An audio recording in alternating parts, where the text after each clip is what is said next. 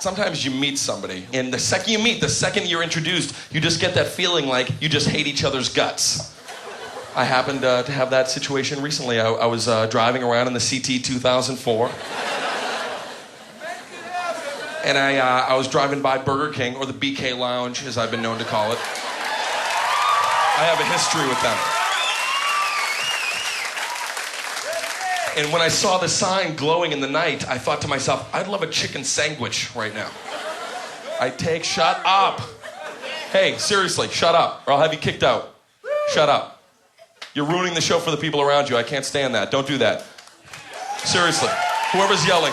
If you guys hear the person yelling, you say Dane, and we're gonna fucking pick that person up, and we're gonna throw them out the door. Shut up. I'm serious. I'm serious. Shut your mouth.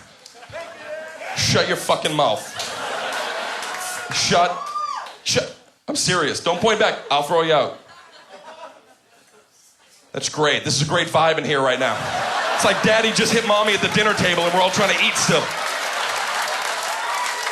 Just eat, honey. Mommy's okay. Daddy just got a little angry. Just eat. I don't want to eat. Mommy is fine. Daddy just got a little crazy and Mommy's fine.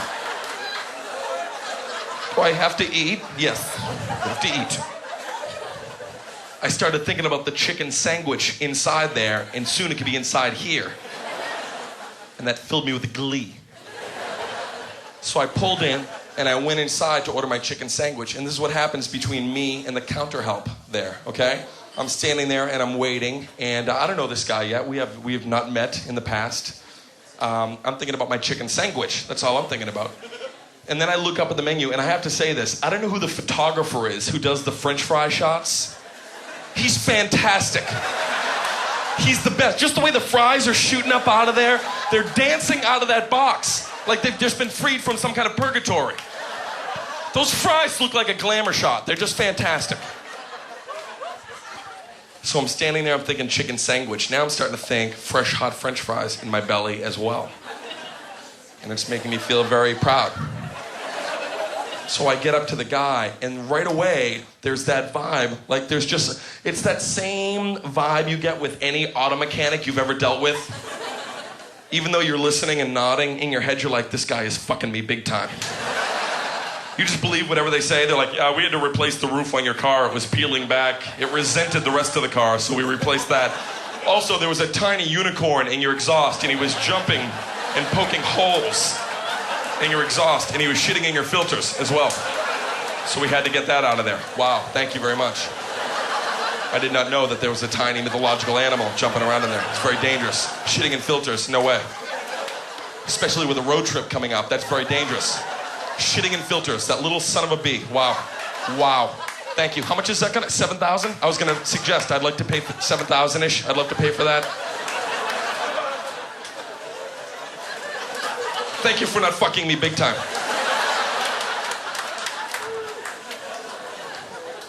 That's the vibe I got with the clerk. And this is what he did to me, okay? And this is, oh man, this was a standoff. This was a classic gunslinger moment I had with this guy. I placed my order, okay? And this is what he does to me. Listen to these shenanigans that he fucking pulls on me. If I ever see him again, I'm gonna call him Shenanigans. What's up, Shenanigans? This is what he does. I order my food, okay? And then I go to pay for my purchase. And I hand him the currency, okay? And then when it's time for the change portion of the exchange, I did this little move. I did this little move with my hand where you turn your hand into a tiny little bowl and you place it about 3-4 feet in front of your face. And it's a little move that says, would you please hand me my change? Because I've just changed my appearance and I'm very much like a container to easily place change in on my human flesh. And as I'm waiting, this is what the guy does. He takes my change and he sees my hand. Here's the counter. He goes, and he smashes it down on the counter. And the nickels fly and the dime hits me in the eyeball. The dollar bill ripped in half and blew away in a breeze. And I was pissed off. I was in the red. And the only thing that, kept me from snapping, the French fries. I looked up at that picture and they just looked so dandy. They looked so joyous that it put me back down in the yellow, or the mustard, as I call it. I decide I'm not going to get into it with this guy. I'm just going to take my food, I'm going to take my purchase, and I'm going to go back to my booth, and I'm going to enjoy it. I'm going to eat the chicken sandwich and my hot, tasty French fries, and then I'm going to bid this place fucking adieu.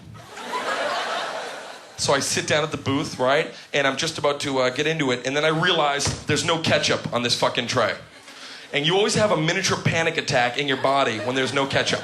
Nobody else knows it, but you have a moment where you're like, what in holy hell is happening here? How could he have not at least put one packet? Right? And that's all you care about. At that point, the only thing you care about in life is I need some fucking ketchup for my hot, tasty French fries. I don't care if the person you're with is telling you they're contemplating suicide. You will interrupt them. Hey, can you I just gotta go get some ketchup. Hold on for 1 second, all right? I just gotta you're not gonna kill yourself now, right? Then let me get some ketchup for my hot, tasty French fries. Go to get the ketchup. You always do that weird ketchup run. There's a run that you do when you need ketchup. It's this little thing right here. You go. You put your ass out and your hand shakes around like someone stole your bones in the middle of the night. Where are my bones? Someone stole my bones. Here's the great thing about needing ketchup. This is what I love. When you need ketchup, there are no laws for you. You are the most important person in the room. You can cut past people in line. You can interrupt conversation. Excuse me, I need some ketchup. I need some ketchup stat. You don't even need to speak perfect English if you don't want. You can do this thing where you lean in and you just go, hey, can I get that? You just do this breathy, sensual, I just need to say, can I just get a couple of ketchup? I just need a couple of ketchup. And you say 2 or 3. I just need like 2 or 3. And even though you say 2 or 3, they still chuck like 19 at you. They whip a batch of ketchups, and you take them all like a fucking rat. Like maybe someday in the future, ketchup packets will be our currency, and you'll be glad that you took all 19. Because that's $19 if each ketchup packet is $1.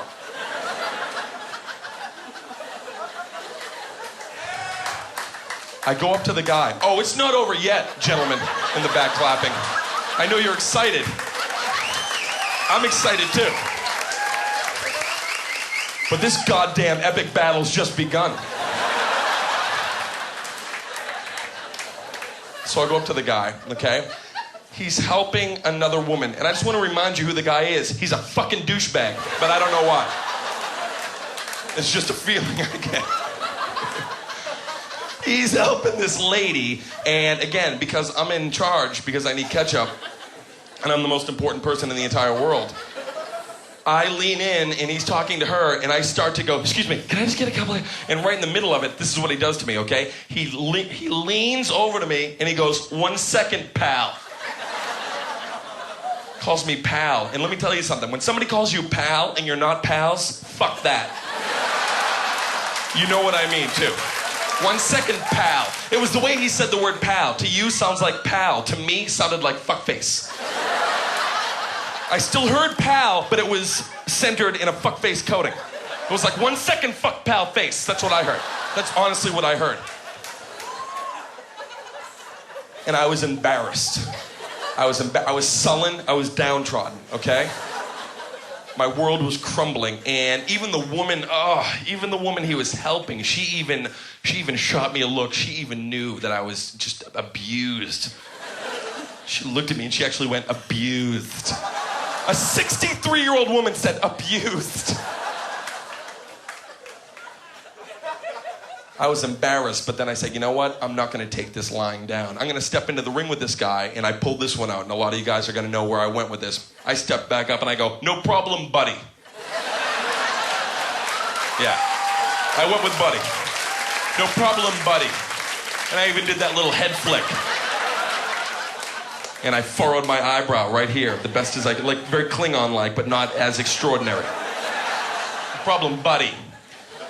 As they say in wrestling, it was on. The vibe in the whole community was that it was on. And I knew it was on because even the lady who shot me the look before, she was on her phone at the time. She goes, I gotta call you back. It's on, I'll call you back. 1 second, pal. No problem, buddy, okay? It's on till the break of dawn. This guy is like a gunslinger. I gotta give him credit because before I could even blink 3 times, he was fucking Quick Draw McGraw right away. I don't know, he just had it ready like a katana. He just pulled it, fing! He hits me with this. I'll be right there, Chief. I'm not a chief. I'm not an Indian chief. I'm not the chief of police. I don't play for the Kansas City Chiefs. I'm not a chef, which is sometimes confused with chief on paper. I've done that. As you're writing it, you're like, I'm dumb. He hit me with it with such a blow that I actually stumbled back. I tripped over a tiny Mexican baby playing with a plastic toy. I tripped over the baby. But even the baby knew it was on. The baby was like, there, it's on. It's on, senor, go. Thank you, tiny Mexican baby playing with a plastic toy. I know, it's on. So I step back up and I figure, you know what? I'm gonna end this. I'm gonna put the kibosh on this thing right now. It's gone too far. Pal, buddy, chief, pim, pim, pow. I say, I'm going old school on this guy right now. I'm putting the end to it. And I hit him with something that you can't come back from. I stood my ground and I just finally said, after a good breath, I went, no problem, gay lord. And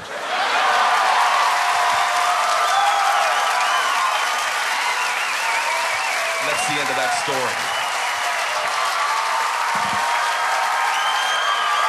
Thank you guys very much. I'll call you guys later.